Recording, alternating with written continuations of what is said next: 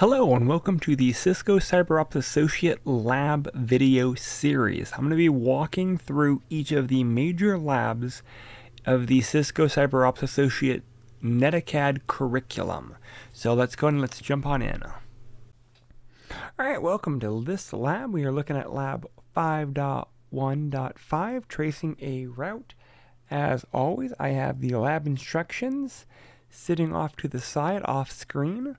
So this lab is going to require us to do a little bit of playing around with to get it to fully function. So first of all, jump into RVMR, CyberOps VM, get logged in. CyberOps. Oh, gotta make sure we click on the right window. CyberOps. So that's step one. So this is where some of these VMs get a little bit tricky. I'm going to zoom in a few times. So if I do a ping, nothing. If I do a ping Google,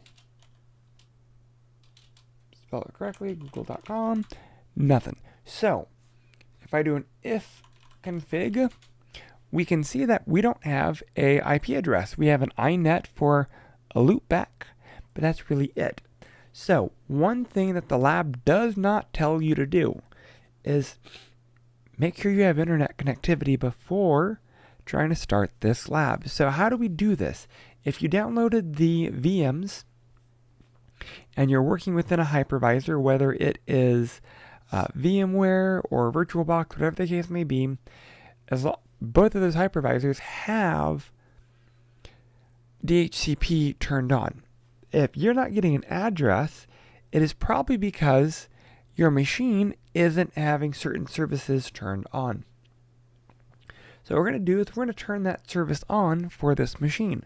So from the terminal, if you do sudo, alright, so we do sudo system ctl, make sure you spell it correctly, start DHCP CD. This is what Arch Linux uses for their DHCP. It will ask you for the password, CyberOps, and let's go ahead and let's do an if config again. You will see that you at least have an internet 6, and you'll still have your loopback, but you at least have this guy right here. And if you do it again, you will eventually get a DHCP address. You're going to go, oh, well, who's getting this address? Well, we started the DHCP service. What's interesting is this is not coming from my workstation. So I'm actually going to go ahead. If I can grab the bar again.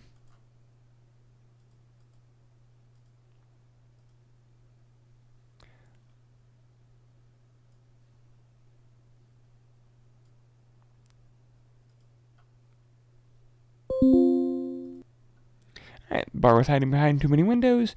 So for my network virtual adapter, it is actually loading off of a network NAT VM, and that is loading off the 192.168.222.0 network. So that is what this address is pulling from. It's pulling from my network adapter within my VMware Workstation's address space. Alright, so once we do that, if we ping, oh, gotta make sure we're pinging correctly, so ping. Alright, we're good there. If we ping google.com, we are good now. So now we are good enough to start working. So I've noticed that with some of the previous videos, this part was not working, specifically because DHCP wasn't working. And I noticed with the CyberOps VMs that is definitely one area where people are struggling a little bit. So I'm going to go back to my lab guide. We are doing part 1, verifying network connectivity using ping. We logged in, we opened up, we did a ping, we pinged Google. Here, if we do a ping taxi, So actually, I'm going to go ahead and do that. Clear. All right, so ping tac C, that means count. So we're going to ping 4 packets to cisco.com, and it went ahead and did that. So you'll notice we got a fully qualified domain name from the Cisco's website. Again, looking at the bottom, next part, you'll see that for Cisco, that's their address. Here is their fully qualified domain name. So again, the first output line displays the fully qualified domain name, E2867, yada, yada, yada, yada, yada.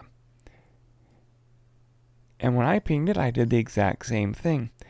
Again, these are just known mirrors, and they're really dependent on where you're at geographically, so you may get sent different things. We did a 4, count of 4. That's how we were able to do that. If we ping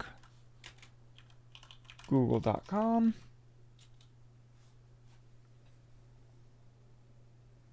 first of all, you're going to notice it keeps going because we did not do a count of 4. We just did ping, and that means unlimited. But you'll also notice we get a DDIN F3 F138.1E100.net. This right here, if you've never worked in the data center space, that is a address allocation in the data center space to direct the network communication to a specific circuit inside a data center. So think of large data center. They have hundreds of racks of equipment. This is just a circuit ID for a rack of equipment inside that data center. So that is step 1. Why, if we're doing this and we have different addresses, what's going on there? Well, location is a huge part with that. If I am in California, I might have one Google.com location. If I'm in New York, I might have a different one. It is going to route us to the closest connection. And that is why if you're doing this globally, your IP addresses may be slightly different. Your data center address, again, might be different. So step 2, tracing a route to a remote server using traceroute. Traceroute gives us a hop-by-hop count layer 3 addresses from source to destination. So step 2 gives you some more details. It does have us set our adapter to bridge. So I'm going to go ahead and do that. Settings. Change that from NAT to bridge. I'm going to do bridge and replicate physical network. If you're using VirtualBox, go to your network settings. Same general steps. I'm going to make sure that I have internet connectivity still.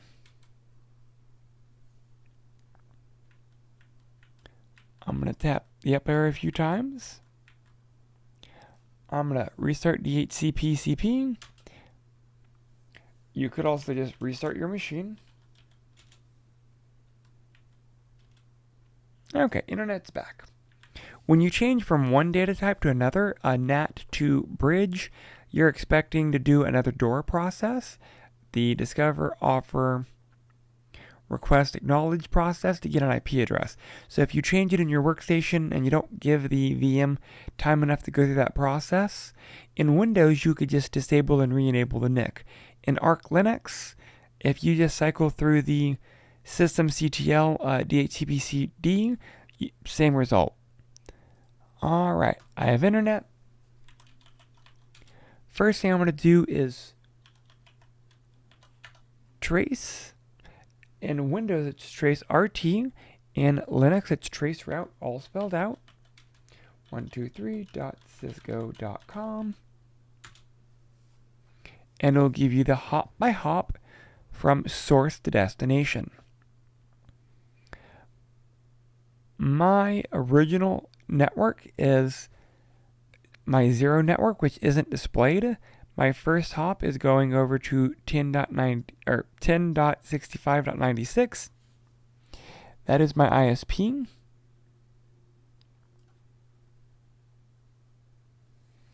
ISP hands it off to another internal ISP of 100. And again, number 3 is also 100. That's all the same ISP. And then we get outside of Cox. So again, even 4 is still Cox, but it's Cox LA. And then from there, it gets to another circuit with inside Cox, and then it gets lost, and then it never actually gets to Cisco.com. So let's do the same thing, but with Google. So again, you may or may not get actual traceroute all the way to Cisco. Cisco has stopped a lot of this from occurring, where other ISPs or other web domains have not. Sometimes it's dependent on your ISP. Sometimes your ISP doesn't want to allow these connections through. But these are just unknown, and that's why they're there.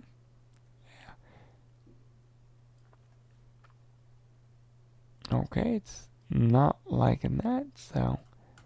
Alright, so let's try another one. Let's do Microsoft. So, Microsoft.com. So you'll notice the first several ones, 1, 2, 3, 4, and 5, all of them are Cox. Oh, all of them are my local. All of them are dealing with Cox directly. Outside of Cox, we see with 5, it does get forwarded to another third party, and then we lose that tracking detail. If you do this, you may get different results. Again, it all depends on your current location. Can we dump this to a file? So I'm going to dump the Google material. I know the lab says dump the Cisco, but for my Cisco did not dump anything.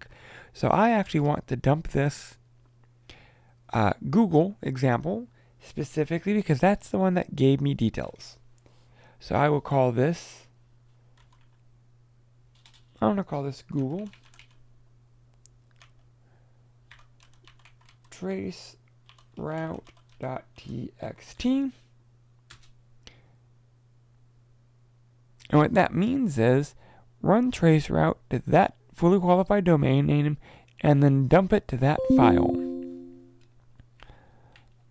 I'm going to do the Cisco one as well. I will put it into a cisco.traceroute.txt. That way we have a text document. It will run in a second and it should complete.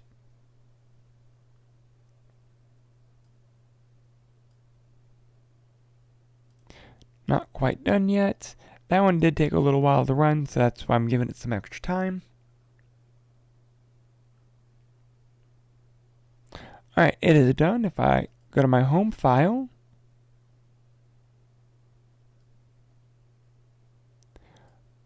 you can now see Google and Cisco. If we open this up, we can look at the detail.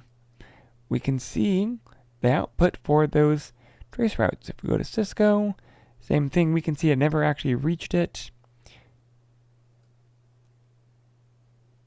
There is the databank web server that was actually watching. If you notice the IP address, when we pinged Cisco, that was the address it was pulling. So this was the start of the Cisco network, and then it never actually quite finished. So that shows that we can dump it to a file. We can view the file with a cat if we want.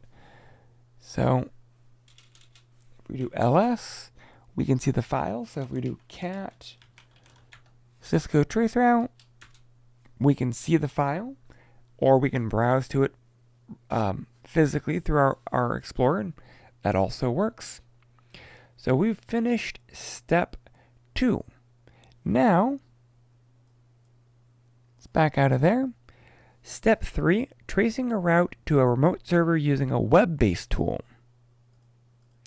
So application, internet, Firefox. Alright, so we're going to be, again, I'm just following the lab guide. So HTTPS, we're going to go to G Suite .tools. Make sure I'm spelling that correct. Tools / trace route. Here the visual trace route, and again we'll do Cisco. We did www, so let's keep current. www cisco.com.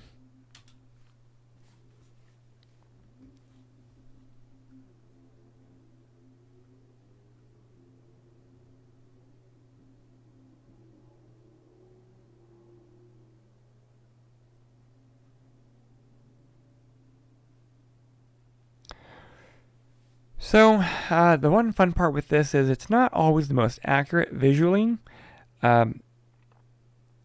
Cox does have its gateway on both the east and west coast. So this 209 address does show at Cox Data Center on the east coast. Then it comes back to the west coast.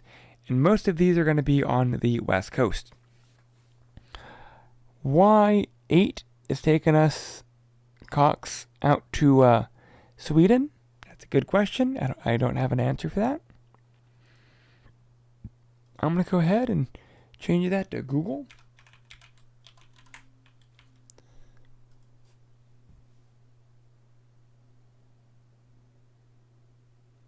And first thing you'll notice is, again, gateway out to the East Coast, and then the rest of that is just kind of unknown.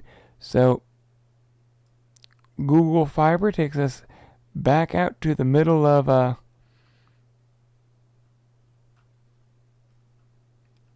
this location. Stockholm doesn't actually mean there's a data center there. It could just be a specific default location. For example, in the US, if you don't have a physical location attached to your IP, it puts it right here in the center of the US. So 9 isn't specifically where it's at visually. It just happens to be the default location. If no physical address is found, it puts it in front of this address. And what gets really, really funny is it used to be someone's front yard, and they got so much hate that they actually had to map it back to a location that was not going to be someone's front yard. Alright, so that takes care of that. I freaked it by trying to zoom in too much, so we'll give it a minute. Alright, so I did end up restarting that VM. The visual trace route just consumed too many resources and my VM froze. So I just restarted it and we're back. So if you are getting certain weird timing issues, like if you get a sec error, restart, or go ahead and make sure your time is correct.